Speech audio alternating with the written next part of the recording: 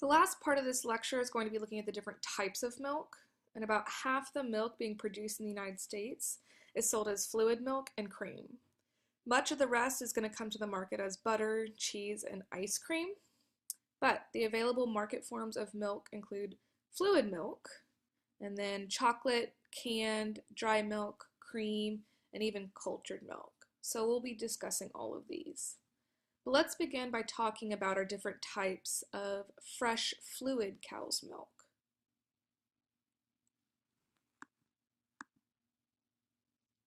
So to be classified as whole milk, the milk must contain at least 3.25% milk fat and at least 8.25% milk solids not fat.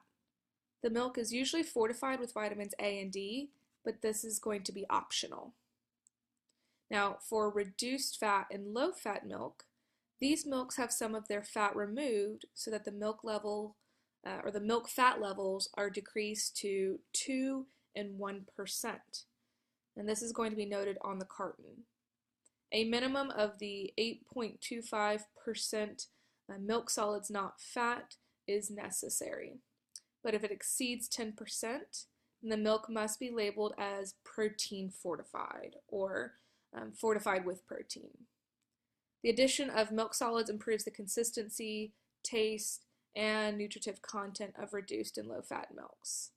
Vitamin A fortification is required, although the addition of vitamin D is still going to be optional. Non-fat is going to be synonymous with fat-free. Removing as much fat as possible is going to result in the fat-free or non-fat milk. The term fat-free replaced the older milk designation of skim milk. Fat-free milk should contain no more than 0.5% milk fat and a minimum of the 8.25% milk solids not fat. Vitamin A fortification is again required, although the addition of vitamin D is still going to be optional. Less fat-free than reduced fat milk is going to be consumed in the United States. Between 1988 and 1991, sales of reduced fat milk increased 8 pounds per person, whereas sales of fat-free milk increased only by 1 pound per person. So obviously if we're trying to watch calories, you want to go for the fat-free, but most Americans still prefer the creamy texture of a reduced fat or a 2%.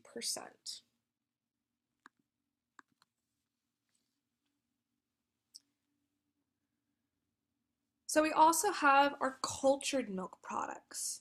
Cultured or fermented milk products have been used for centuries and have long been believed to have potential benefits to human health. Some cultured milk products commonly consumed in North America are buttered milk, yogurt, and acidophilus milk. These are the 3 cultured products that we're going to be talking about in this lecture. But kefir and sour cream are other examples of this. So one thing that we're going to be looking at with our cultured milk is the bacteria that's added to these milk products. So the one factor that all of these products have in common is that they've had bacterial cultures added in order to ferment their lactose into lactic acid. The increased acid concentration causes the casein protein, so remember acid affects casein, to precipitate out, which changes the milk into a more curd-like consistency. The type of bacterial culture inoculated into the milk largely determines the flavor of the resultant product. Bacteria also influence the quality of the fermented dairy products by the amount and type of acids produced. Some protein is also broken down to provide nitrogen for bacterial growth, and this makes the curd a lot more soft and more digestible. So the first type of product then is going to be our yogurt. The term yogurt comes from the Turkish name yogurmak, which means to thicken. Yogurt is going to be produced by mixing 2 types of bacteria, Lactobacillus bulgaricus and Streptococcus thermophilus, and adding them to pasteurized, homogenized milk to which maybe some of the non-fat solids have been added for texture. And then the whole mixture, including the bacteria, is held at a warm temperature, usually at about 108 to 115 degrees, to allow for fermentation and to develop the desired consistency, flavor, and acidity. Although the milk used to make yogurt is usually slightly higher in lactose, fermentation decreases the amount of lactose to about 4%. And that's because, again, the bacteria will be feeding off of these sugars. So we've all probably heard of live active cultures. Well, that's because there's two ways to stop the fermentation process. So we can either chill the yogurt to where the culture remains alive, or we can heat the yogurt to destroy the culture. So there's two types of yogurts that you can buy. Now, we also have our buttermilk, and contrary to what most people think, there's actually little to no butter fat within buttermilk. Sweet, natural buttermilk originally was the liquid left over after fresh cream had been chilled and churned to produce butter. And buttermilk is often going to be used for many baked products, and this is usually to add moisture and to add kind of that tanginess. Now, most commercially available buttermilk today is going to be cultured by adding Streptococcus lactis bacteria to pasteurized non-fat, reduced fat, or low-fat milk, and the bacteria cultures in buttermilk convert the sugar lactose into lactic acid, which is the reason that buttermilk tastes more sour than regular milk. So the last cultured milk that we'll talk about is acidophilus milk, but I really want to get on it on this next slide to compare it to reduced lactose milk. And the one thing that both of these have in common is lactose is not going to be broken down into an acid. The lactose is going to be broken down into glucose and galactose. So acidophilus milk is a cultured milk made by inoculating pasteurized milk with this specific bacteria, Lactobacillus acidophilus. And this results in a slightly sweeter milk, because again, it's being broken down into glucose and galactose, but it also has a slightly acidic sour taste. But this can be eliminated by mixing the bacteria directly into cold milk. So then, how does this relate to reduced lactose milk? Well, again, this is also going to be a slightly sweeter milk, and lactose has been broken down into glucose and galactose. But we've done this with the enzyme lactase. So for those that have a lactose intolerance, going with acidophilus milk or reduced lactose milk will help prevent any type of cramping or bloating due to that intolerance.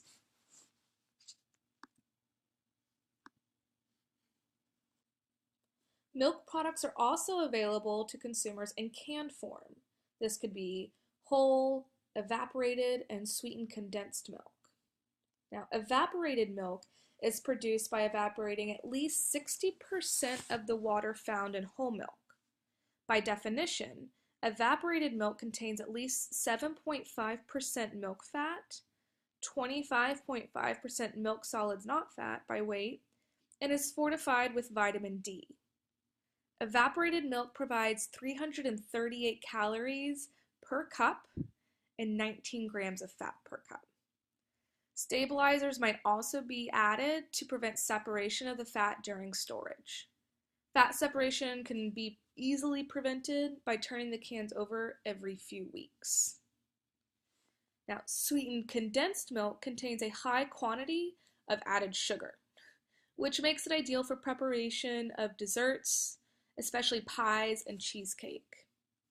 After whole milk has been evaporated by 50% by weight, 15% sugar in the form of dextrose or corn syrup is added.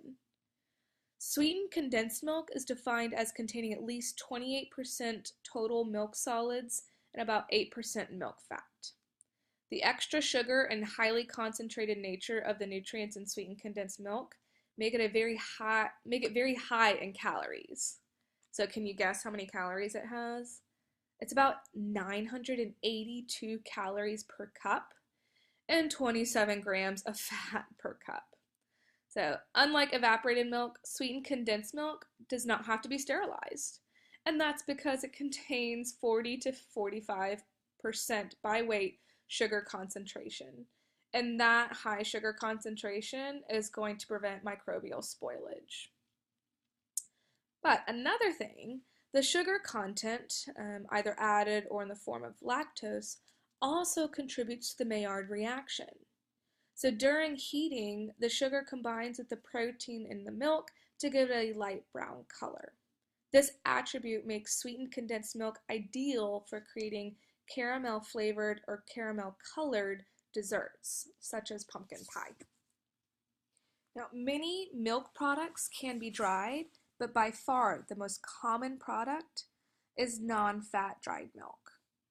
Overall, non-fat dried milk is nutritionally similar to fat-free milk, except that the levels of vitamins may be reduced by 20%. The absence of fat also gives it a long shelf life. Non-fat dried milk can keep for about a year in a cool, dry storage area. The calcium and protein content of meals and beverages can be increased easily by simply adding non-fat dried milk to puddings, shakes, soups, and casseroles. So a lot of times in, say, like nursing homes or hospitals, they'll go ahead and add in non-fat dried milk to try and increase the amount of nutrients that the patient might be receiving. And although it is inferior in taste to fluid milk, reconstituted non-fat dried milk is ideal for making batters and doughs for baked goods. So typically you don't want to consume this as a beverage. I would just add it in for baking needs. But instant milk is different from regular non-fat dried milk. It is manufactured by exposing non-fat dried milk to steam, after which it is re-dried. The double drying helps instant milk to achieve the ability to agglomerate and instantly dissolve in cold water. And if you really want to use this as a beverage, simply adding in a little bit of vanilla and using it with chilled water will help improve the taste. The last part then is looking at the different types of cream products. Creams come in a variety of different fat percentages, and these can also be replaced by various cream substitutes. Cream is going to be a collection of fat droplets that simply float to the top of non-homogenized whole milk. The heavier and thicker the cream, the higher the fat content will be. Cooling the cream firms its fat globules and makes it even thicker. Creams vary in their milk fat content, ranging from a low of 18% to a high of 36%. Now, liquid milk products, such as cream, can be made into a foam by whipping air into the liquid. During whipping, the protein in these milk products is mechanically stretched into thin layers that trap air bubbles, fat, and liquid. Now, cream expands 2 to 3 times its volume when whipped. The stability of the milk foams, especially whipped cream, is dependent on several factors. This includes the fat content, the temperature of the cream, the age of the cream, the sugar content, and the equipment used. But the main thing I just wanted to mention today was going to be the fat content. The higher the fat content of the cream, the more stable the foam. Solid fat particles create a more rigid foam. So heavy whipping cream is going to beat or foam more quickly. And in order to form a foam, you have to have at least a 30% fat content. Make sure you also know this for the exam. You have to have at least 30% fat in order to form a foam.